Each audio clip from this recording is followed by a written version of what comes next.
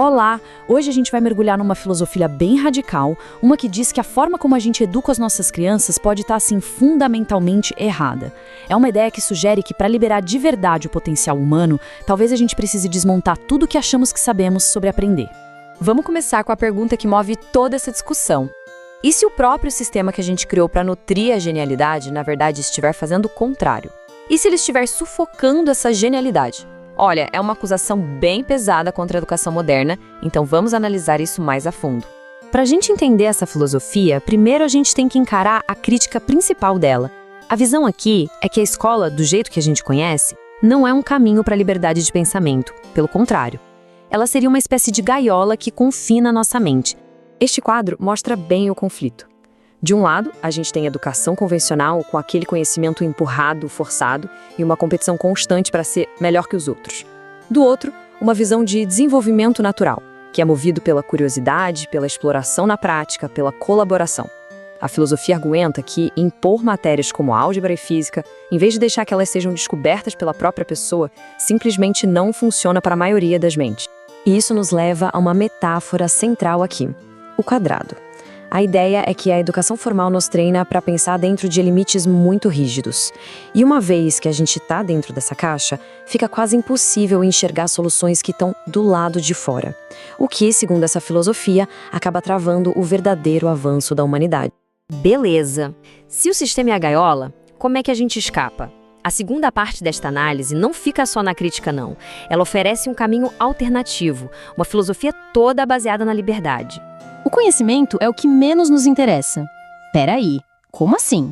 Vendo de uma filosofia sobre educação, essa frase é, no mínimo, chocante. Se o objetivo não é acumular fatos, fórmulas, o que importa de verdade, então? A resposta é a liberdade. Mas calma, não é aquela ideia de caos, de abandono, não. É uma liberdade, digamos, estruturada. O aprendizado flui da curiosidade natural da criança, mas sempre dentro de um ambiente que foi cuidadosamente preparado, cheio de estímulos, de ferramentas e de adultos que estão ali como guias e não como instrutores. E aqui a gente vê os pilares, a parte prática da coisa. Não é só teoria, não. Envolve contato sem restrição com a natureza, a chance de explorar objetos do mundo real até máquinas complexas e, talvez o mais importante, a liberdade de debater abertamente. Debater com os colegas, desafiar os adultos e, no fim das contas, tirar as próprias conclusões. Certo, já vimos o problema e a filosofia alternativa. Mas, e aí? Qual seria o resultado de tudo isso na prática? A terceira parte desta análise foca nas promessas, que são bem extraordinárias dessa abordagem. O que se argumenta é que o resultado não é só uma criança mais feliz ou mais bem ajustada. É algo bem mais profundo. Algo que poderia, quem sabe, até mudar o rumo da humanidade. E aqui vem o ponto alto da promessa. Uma criança criada nessa liberdade não vai só construir um avião melhor. Ela vai inventar cosmoaviões baseados em princípios de física que hoje a gente considera impossíveis. A fonte chega a especular que esse tipo de salto no pensamento poderia explicar tecnologias que parecem de outro mundo, talvez como aquelas que a gente associa a visitantes. O ponto central aqui, o coração da ideia, é que a genialidade não é uma coisa que se ensina, que se constrói de fora para dentro. É algo que já existe dentro de cada criança. O objetivo dessa filosofia de liberdade não é criar, mas sim libertar esse potencial. É permitir que esse mundo interior da criança finalmente venha à tona. É uma visão incrível, né? Mas como é que uma coisa dessas vira realidade?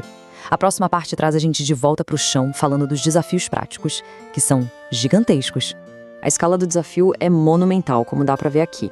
A gente não está falando de uma reforminha aqui e outra ali. Estamos falando de uma reinvenção total. Professores que viram guias, não instrutores, currículos reescritos do zero e a própria estrutura do Ministério da Educação e da burocracia em volta dele, tudo completamente transformado. E claro, tem um ponto que é bem óbvio e que a fonte reconhece. A estrutura que existe hoje foi construída para se manter como está. Ela não vai querer essa mudança. A burocracia, por natureza, vai resistir a uma transformação tão profunda. Então tá, se o sistema não vai mudar por conta própria, como é que essa transformação poderia acontecer? A parte final entra num campo mais especulativo, explorando um caminho bem inesperado para essa mudança. O gatilho para essa mudança, segundo essa linha de pensamento, não é uma eleição, uma nova lei ou uma revolução armada. É algo interno, a desilusão total. A teoria é que a verdadeira mudança só pode começar quando a humanidade como um todo chegar a um ponto de ruptura, onde a fé nos sistemas atuais, na educação, no governo, em tudo, simplesmente desaparece. E é aqui que a coisa fica, digamos, um pouco mais metafísica. A fonte não sugere que a gente, com o nosso pensamento atual, consiga resolver o problema. A especulação é que somente quando a gente atingir esse ponto de desilusão total, um poder superior, e isso é descrito como algo além de qualquer governo humano, poderia intervir para catalisar uma mudança fundamental na nossa própria consciência. E tudo isso nos deixa com uma pergunta final, daquelas que ficam na cabeça. Para dar o próximo grande salto evolutivo como espécie, será que primeiro a gente precisa chegar no fundo do poço? Será que precisamos admitir o fracasso total dos nossos sistemas antes de podermos construir algo realmente novo? Fica aí a reflexão.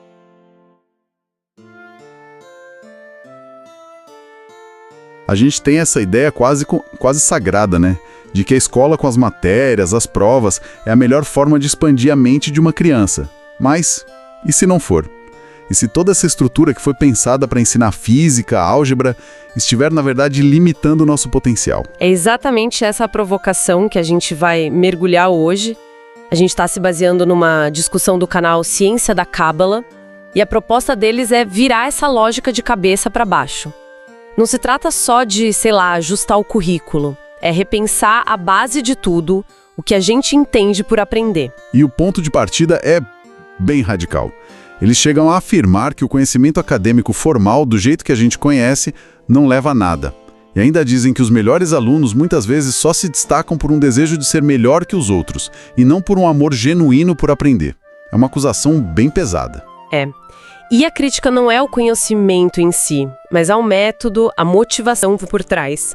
E para explicar isso, eles usam uma metáfora, que é assim, o centro de toda a discussão. A metáfora do cubo. A ideia é que a educação formal coloca a mente da criança dentro de um cubo de pensamento formal. E o mais assustador é que, uma vez lá dentro, talvez a pessoa nunca mais consiga sair. O cubo é uma imagem muito forte, essa do confinamento. Mas, sendo um pouco o advogado do diabo aqui, esse pensamento formal que eles criticam foi o que nos deu a lógica, a matemática, a engenharia. Foi o que construiu o mundo que a gente conhece hoje. Se a gente quebrar esse cubo, não corremos o risco de perder as ferramentas que nos permitem entender a realidade? Essa é a grande questão, é um ponto-chave. O que a fonte argumenta é que o problema não é a ferramenta, não é a matemática em si, é a rigidez, é a forma como o cubo é imposto. Dentro dele, você aprende a resolver problemas que já existem com métodos que já foram criados. Você fica excelente em operar dentro de um sistema, mas perde a capacidade de questionar o próprio sistema. Então a crítica não é ao conteúdo, mas ao formato, à caixa. Exatamente. O cubo te dá as respostas, mas ele te desensina a fazer perguntas originais. Ele te dá um mapa, mas te convence de que não existe nada fora daquele mapa, sabe? O custo disso, segundo eles, é a criatividade de verdade. É o pensamento que parte da imaginação, não do que já se conhece. A mente fica condicionada. Isso limita todo mundo. Ok, a crítica à rigidez faz sentido. Entendi o que eles acham que está errado. Mas, bom, uma crítica sem uma alternativa é só reclamação, né? Eles oferecem um outro caminho ou só apontam o problema? Oferecem, sim. E é importante dizer que não é uma proposta de anarquia, de deixar a criança solta. Eles chamam de uma liberdade guiada, que tem uns pilares bem definidos. Certo. E quais seriam esses pilares? O primeiro é o mais fundamental de todos: contato com a natureza. É tirar a criança da sala de aula e colocar no mundo real. A natureza é um sistema complexo, vivo, que ensina pela observação, né? Algo que um quadro branco nunca vai fazer. E o segundo pilar vem logo em seguida. A aprendizagem tem que ser prática, guiada pela curiosidade da criança. É aí que entra aquele exemplo de mexer em carros, não é? Isso. Pode ser mexer em carro, desmontar um rádio, construir uma cabana na árvore, o que for. O importante é que a vontade de aprender venha de dentro. do desejo de entender como aquilo funciona. É o oposto de receber uma fórmula de física pronta. É você descobrir a necessidade da fórmula na prática. Parece lindo, né? Crianças na natureza aprendendo por conta própria. Mas como isso se aplica à realidade, sei lá, de uma escola pública, numa cidade grande, com 40 alunos na sala? Uma coisa é imaginar um tutor com 2 crianças no campo. Outra é a realidade de milhões. A fonte fala sobre essa desconexão? Ela reconhece que a implementação é um desafio enorme e a gente vai chegar nessa parte dos obstáculos, mas por enquanto eles se focam em definir o ideal. E esse ideal tem um terceiro pilar: diálogo e debate. A criança não é só um receptáculo, ela é incentivada a pensar, a criar hipóteses e principalmente a debater com os outros. Não existe resposta errada, o que vale é o processo. E isso muda completamente o papel do professor. Totalmente. Esse é o quarto pilar. O professor deixa de ser o dono do saber lá na frente da sala, ele vira um guia, um parceiro de exploração. Ele não está ali para dar a resposta, mas para ajudar a criança a fazer perguntas melhores. A fonte diz que o professor aprende junto, no campo. O centro de tudo passa a ser a curiosidade da criança, não um currículo. A imagem que se forma na cabeça é muito poderosa. A gente sai do aluno passivo em silêncio para um pequeno cientista, ativo, experimentando. Mas a promessa que vem com isso parece coisa de ficção científica. Eles falam em cosmoaviões. O que é isso, afinal? É uma metáfora ou eles realmente acreditam que a gente vai construir naves espaciais diferentes? É uma metáfora, mas uma que eles levam muito a sério. A lógica é a seguinte: o avião e o helicóptero, por mais geniais que sejam, são evoluções de ideias que já existiam. São frutos do pensamento dentro do cubo. Eles operam com base na física que a gente já domina. Um cosmoavião, por outro lado, seria uma invenção baseada em princípios que a gente hoje nem consegue imaginar. Um salto de paradigma, não uma melhoria incremental. Exato. A fonte argumenta que o nosso progresso hoje, que parece tão acelerado, é só o que é possível criar com mentes treinadas de forma linear. Os cosmoaviões seriam o que mentes que nunca foram presas nesse cubo poderiam criar. A promessa é de um progresso completamente enlouquecedor, como eles dizem. E isso volta para aquela ideia inicial de que a gente ainda não sabe o que existe dentro de uma criança. É uma promessa e tanto, quase messiânica. Mas qual a base para essa confiança toda? De que se a gente liberar as crianças do cubo, elas automaticamente vão virar gênios que vão revolucionar o mundo. Parece um salto de fé muito grande. Bom, o argumento não é que toda criança vai ser um gênio. A lógica é mais estatística, filosófica. Se você tem milhões de mentes operando dentro do mesmo cubo, a chance de uma ideia realmente nova aparecer é mínima. Mas se você tem milhões de mentes livres explorando o mundo de ângulos diferentes, sem as amarras do pensamento formal, a probabilidade de alguém fazer uma conexão que ninguém nunca fez aumenta muito. Não é uma garantia, é criar um ambiente fértil para o improvável. Entendi. Não é sobre fabricar gênios, é sobre parar de sufocar os que poderiam existir. Mas isso nos leva de volta à questão prática. A visão é fascinante, mas ela esbarra em muros gigantescos. Burocracia, formação de professores, a sociedade como um todo. A fonte dá alguma solução para esse impasse? Como a gente sai da teoria para a prática? E aqui a conversa toma um rumo bem inesperado. A fonte é brutalmente honesta. Eles não têm um plano de 5 passos, pelo contrário. Eles afirmam que todo o sistema burocrático resistiria. Ministérios, sindicatos, toda a estrutura que existe hoje. Para mudar, eles dizem que seria preciso refazer tudo, criar um novo tipo de professor, o que levaria muitos e muitos anos. Ou seja, eles admitem que a proposta no mundo de hoje é basicamente inviável. Exato. E o mais curioso é a postura deles. Não há um chamado à ação, tipo, pais, tirem seus filhos da escola. Não é uma luta.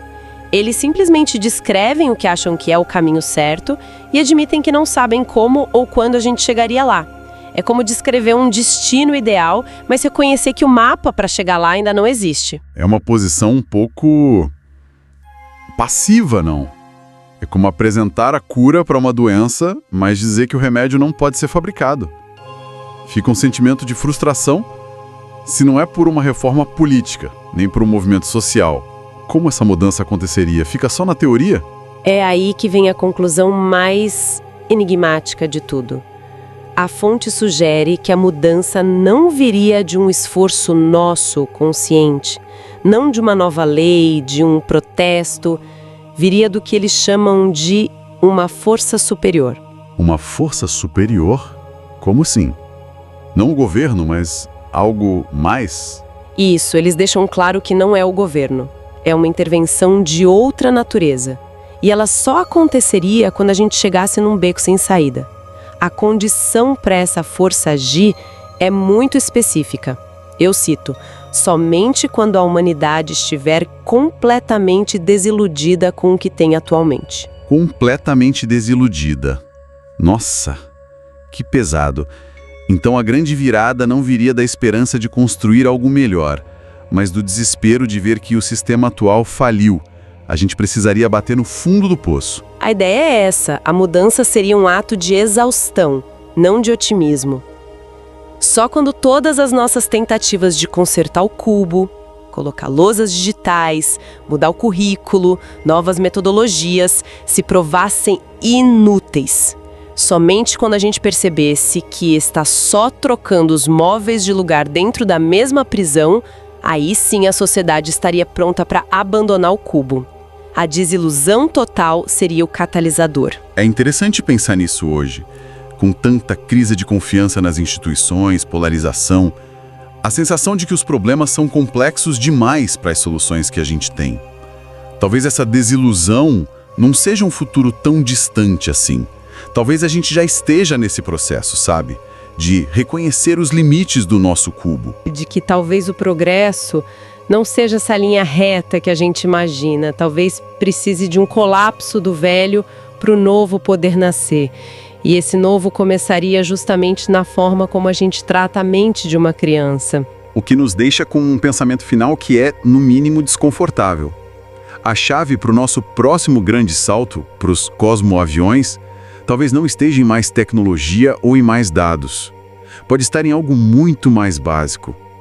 Ter a coragem de parar de dizer a uma criança o que ela deve pensar e simplesmente criar um ambiente onde ela seja livre para aprender a pensar. Exato.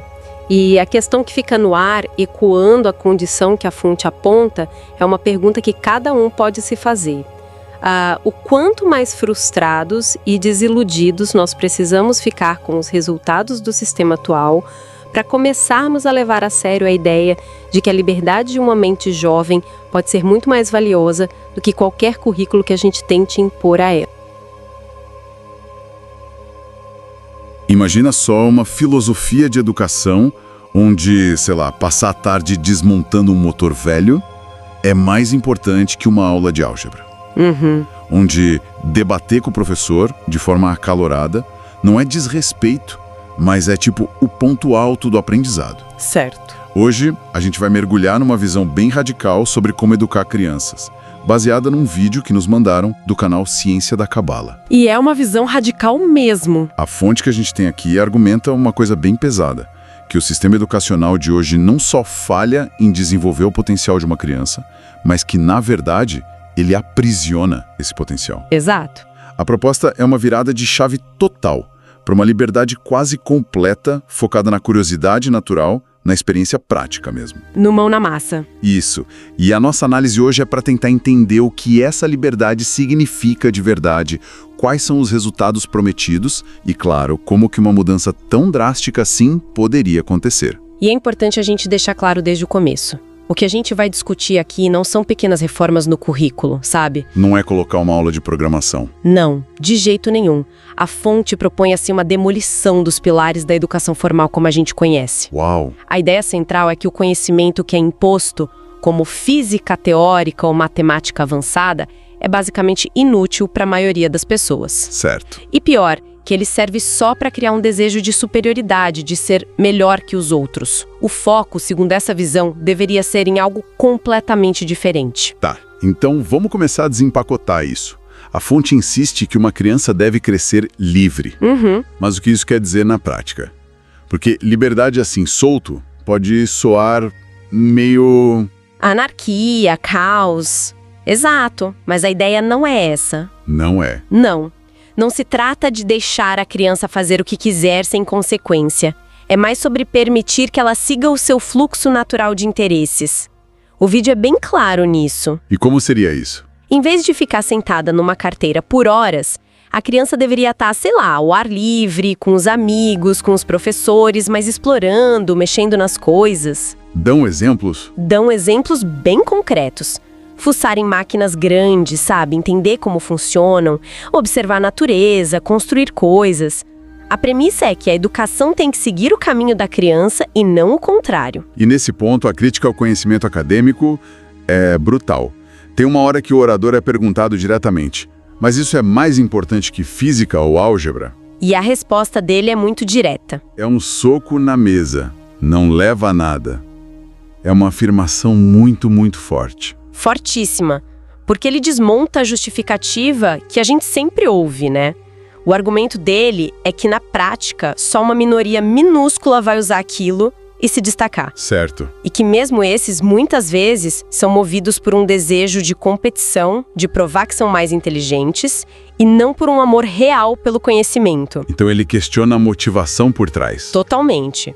A fonte basicamente diz que essa ideia de conhecimento pelo conhecimento é uma desculpa, que na vida real isso não é necessário. Então o que se propõe não é só um método diferente, é um objetivo de vida diferente para a educação. Exato. Não é sobre acumular fatos, decorar a fórmula para passar numa prova. O objetivo é libertar a criança. E é essa liberdade, segundo a fonte, que permite que a criança se desenvolva no tal fluxo natural de atividades. É uma aposta total na curiosidade que já existe nela. A crítica implícita é que, ao forçar uma criança a decorar, sei lá, a tabela periódica, a gente talvez esteja sufocando a próxima grande invenção que ela traria para o mundo. Pois é, se ela estivesse livre para passar a semana investigando como o motor funciona, o potencial criativo seria outro. Entende? A prioridade muda. Muda do o que se aprende para o como e principalmente o porquê se aprende. Exatamente. Eu confesso que a parte de mim que sofreu com análise sintática na escola acha essa ideia bem sedutora. Então vamos combinar, né? Mas falando sério, a implicação é gigantesca. É basicamente dizer que o currículo que sustenta a educação ocidental há séculos talvez seja um grande erro. É esse o tamanho da provocação. Eles não querem ajustar o sistema, eles estão questionando a fundação.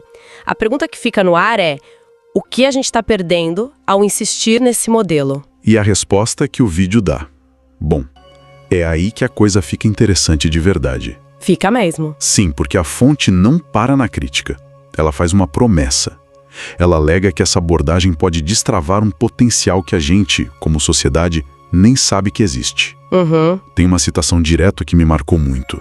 Nós ainda não sabemos o que existe dentro de uma criança. É uma ideia de que a gente está limitando as crianças a um espectro muito pequeno do que elas poderiam ser. O que me chama a atenção é o otimismo radical disso.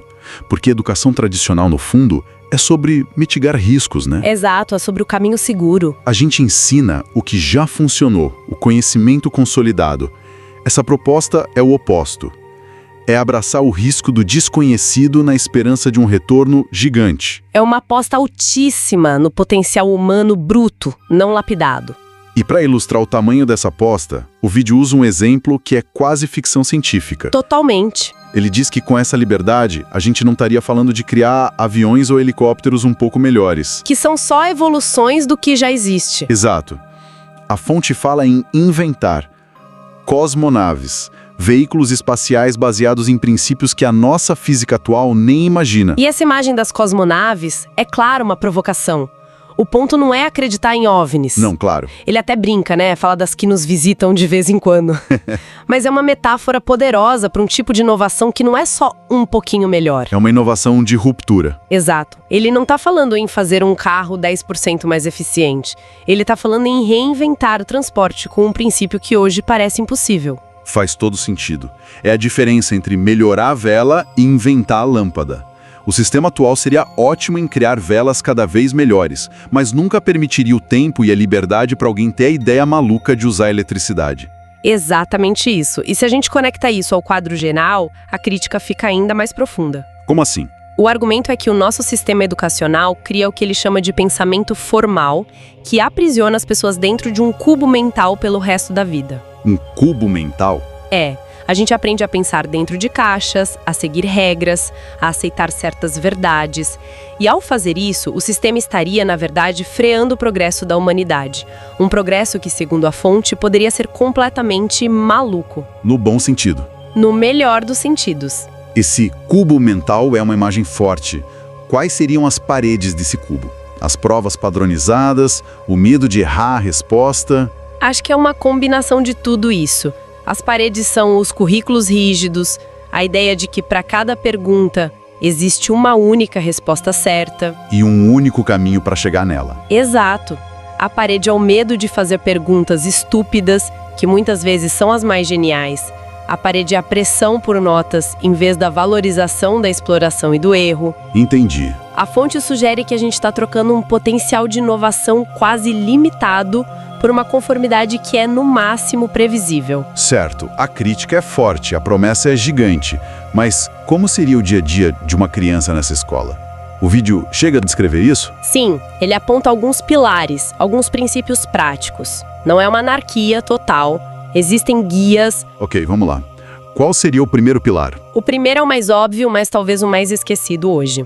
Um contato livre e constante com a natureza. A natureza como sala de aula. Como a primeira e mais importante sala de aula. E não para decorar nome de planta, mas para observar processos, entender sistemas, sentir o mundo de forma direta. Entendi. E o segundo pilar se conecta com isso, imagino. Totalmente. O segundo é o foco em desenvolver o raciocínio próprio.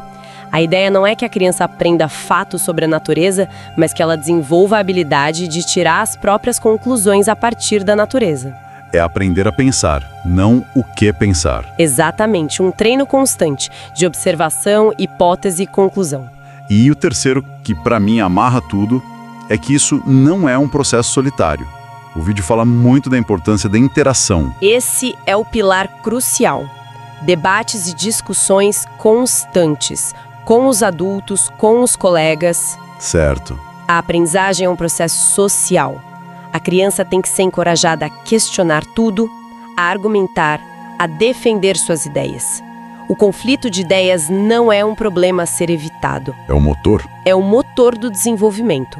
Não tem cala-boca escuta, tem me convença do seu ponto. Mas aí a gente esbarra numa questão gigante que é a figura do professor, né? Sem dúvida. Porque tudo isso exige um tipo de educador que simplesmente não parece existir em grande escala hoje. É talvez a maior barreira prática e a fonte é explícita sobre isso. Essa abordagem exige que os professores se tornem outros. Eles teriam que abandonar o papel de instrutor de quem detém o conhecimento. Completamente, o papel de transmissor de conteúdo de cima para baixo. E se tornar o quê exatamente? Um facilitador, um guia? Mais que isso, talvez um companheiro de exploração.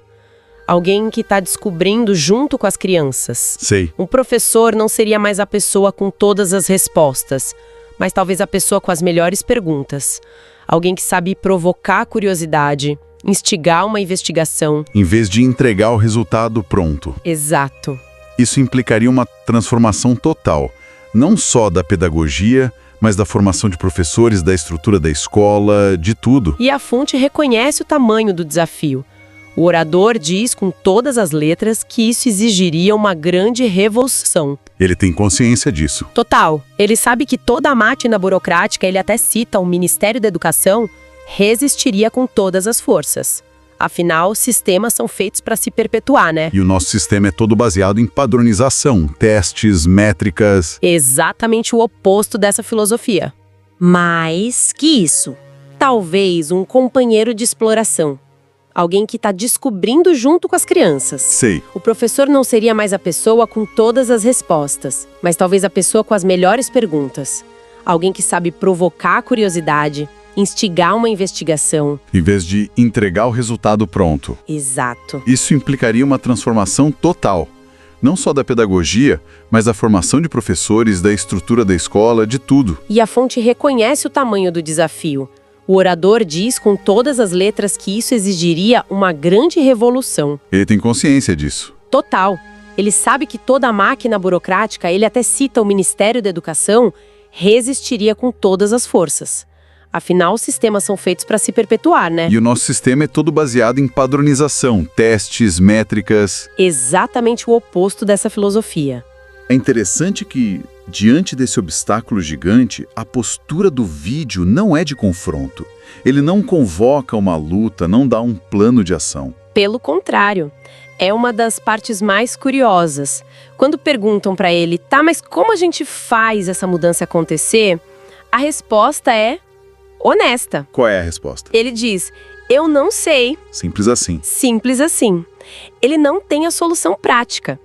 Ele apenas afirma que essa é a abordagem correta, o jeito como as coisas deveriam ser, mas deixa a questão de como chegar lá em aberto. É uma postura mais de filósofo do que de um reformador político. Exatamente. E essa honestidade, de certa forma, dá até mais força para o argumento, não acha? Ao não apresentar uma solução fácil, ele nos força a encarar a profundidade do problema. Concordo. Não é algo que se resolve com uma lei nova ou um ajuste no currículo. Exige uma mudança de paradigma. Uma transformação na forma como a sociedade inteira enxerga o que é conhecimento, o que é progresso e o que é a própria infância. O cubo mental não se aplica só aos alunos, mas a todo o sistema que os educa. Certo. Então, vamos amarrar a discussão. De um lado, a gente tem essa visão inspiradora, quase utópica, sobre como destravar o potencial humano pela liberdade e curiosidade. A promessa das cosmonaves. E do outro lado, a parede de concreto da realidade.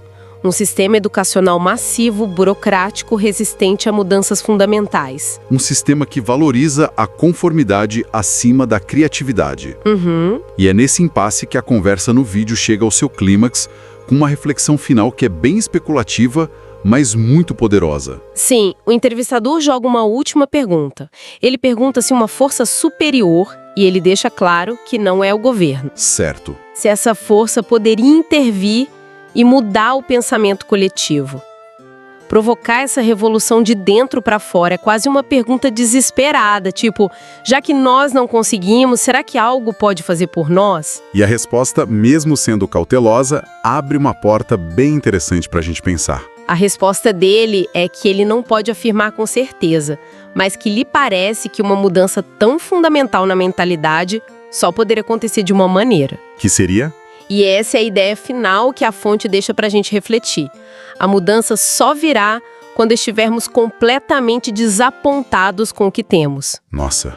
A transformação não viria de uma ideia nova e brilhante, mas de um sentimento profundo e geral de fracasso do modelo atual. Uau. Isso joga a responsabilidade de volta pra gente, de um jeito bem impactante. Totalmente. A pergunta que fica, então, é: o que seria necessário para a sociedade chegar a esse ponto de total desilusão com o seu sistema de ensino? E talvez a questão mais provocadora que o vídeo deixa no ar, Qual? será que, com os níveis de ansiedade, depressão e desinteresse que a gente vê nos jovens hoje, nós já não estamos nesse caminho?